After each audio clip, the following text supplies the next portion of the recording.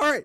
So Steel Wool just put out a new teaser for the upcoming Ruin DLC for FNAF Security Breach, and since I haven't really done too much in the sector of like the Security Breach, or what I wish I could call like the post-Afton era, I thought I would at least talk about what the teaser has in store for us. I have a list of like notable things that I found to look at. So this will be a shorter video, kind of a bit more sporadic, but I've been working really hard on a couple other scripts and stuff, and I just got a new microphone because that one back here went kaput recently, and I need to get a new micro SD card for this thing. So next best thing, I had a new microphone. So that's a big reason I haven't had any videos recently.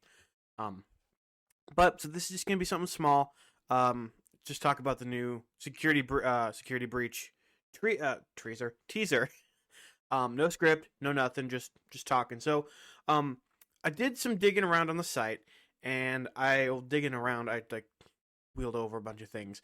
But there were some notable things. As you can see, like behind me, this is the site. Let me adjust. Here we go. And so this way I can like point to things, and I'm gonna use my pen as like a pointer.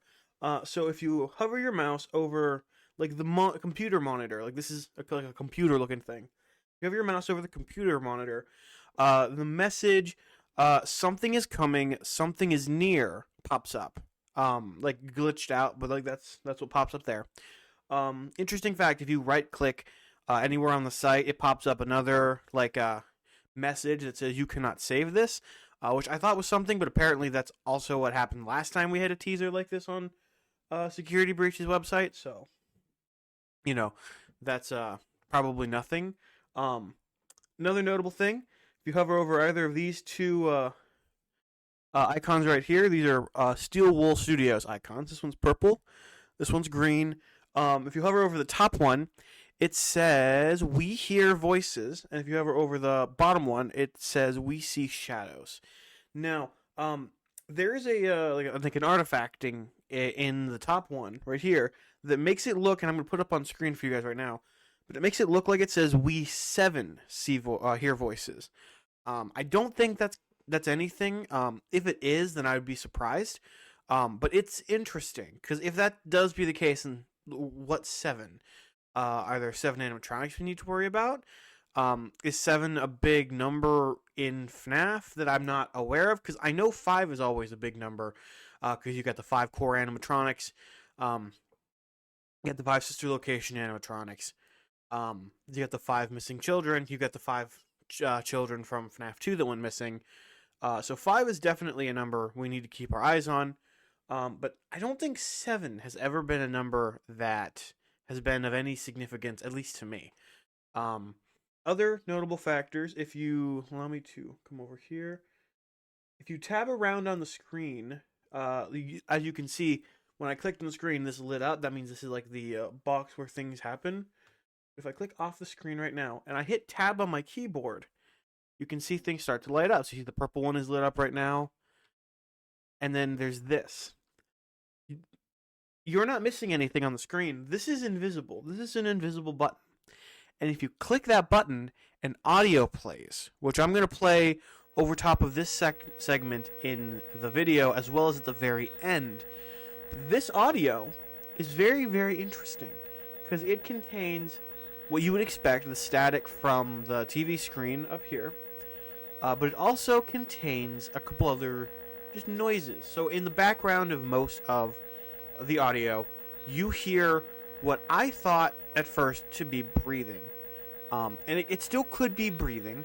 However, after that like sound loops once, there's a slight thud sound.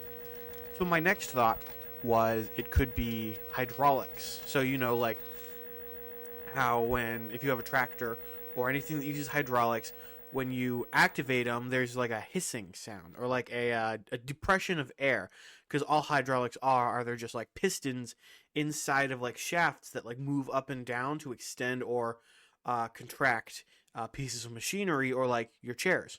And so they make like a hissing sound almost as the air either escapes or is brought in during the process. And so that could be what that is, or another idea that FNAF had, John, um, is that it could be, well, a hydraulic press. He thinks it sounds like a factory almost, like it's a hydraulic press, depressing the hydraulics and then hitting a steel beam. It sounds to me like an animatronic walking, like a stu, stu, stu. Um, it's weird. It is a very weird sound. But yeah, I think it could be an animatronic walking. But then later on, in the audio, like close to the end, we get another sound, and it's another weird one. Like at first, it sounds like an animatronic moving, so it sounds very metallic. It's got a lot of moving parts in it almost. But the more I listen to it, the more I think it sounds like a film reel.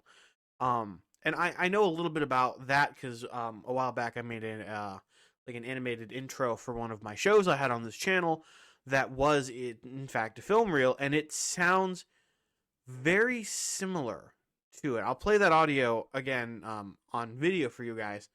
But it also kind of sounds like a cassette tape, either like being played or being put into a cassette reader. That like cassettes and just tapes in general are definitely not new ground for the FNAF universe. They've been around. They've happened a couple of times. Um, it's interesting. The film reel would definitely be something new, but I think that'd be an interesting touch. That's more of a Bendy and the Ink Machine thing, though. Um, I've seen rumors. I heard John put out a rumor that it might have been Moon from Security Breach, his walking sound, which would be interesting. Another another thing I noticed, John noticed. Sorry, not me. I didn't know about this until John from FNAF put out his or FunNAF. Sorry, put out his live stream talking about it the other day. But the Steel Wool Studios, as I said earlier, one of them is orange, or not orange, purple. And then they're the ones that hear voices, and then the one underneath it is green, and they see shadows. And so that got everybody thinking about a duality of sorts. So like, John put out the idea that purple is William Afton, and then the green represents Charlie, because there's always that duality, and Charlie's always been depicted with green. Um, I hope that's not the case, because like I want the FNAF 6 to have been like the definitive end for a majority of that era of characters. As you'll grow to learn, or you'll come to learn on my channel, I'm a big FNAF 6 fan. Um, and so I will be doing anything in my power to make FNAF 6 stand with these new games and not completely ruin, no pun intended, Scott's perfect ending. Because I consider that game to have a perfect ending. Um, but anyway, so another theory that was floating around in the chat was that the green was representing Glitch Trap, because in Help Wanted, Glitch Trap was represented before he was fully reborn by green, like a green outline, like a green wireframe, and like green code. And I think that's more than likely what it is. Like what we see, the purple being William Afton, and his shadow Glitch Trap, or the Mimic, which I don't know too much about the Mimic since I haven't read the books.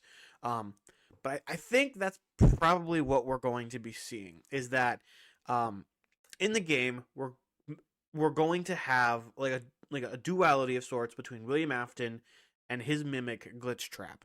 And what I would like to see is that the purple aspect just representing the damage Afton caused, not him himself, and his shadow being Glitch Trap. So you'd have the damage that William Afton caused and like Glitch Trap, but no like actual William Afton.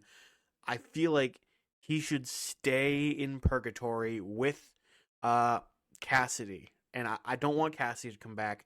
I don't want Charlotte to come back, or Charlie. I don't want any of the other souls to come back. I want it all. I want that to be the end, and this to be new. But that's basically what I found so far. I'm going to do some digging around in the source code. I might not be able to find anything. I put the audio through a spectrograph. Didn't really see anything. which I didn't expect to, because Steel Wool isn't Scott in that he doesn't. They don't really do too much with the audio and visuals. But I just thought I would do it anyway. But yeah, that's about it. If you guys find anything else out, let me know in the comments section down below. I'm gonna be working on more scripts, so if something comes up, I will update my sheet over here. And then if I get enough information, I'll make a follow up video and discussing it. But yeah, I'm gonna go back to theorizing about the original the original 6, 7 games, and leave the security breach stuff to the professionals. So I'll see you guys later. Take care.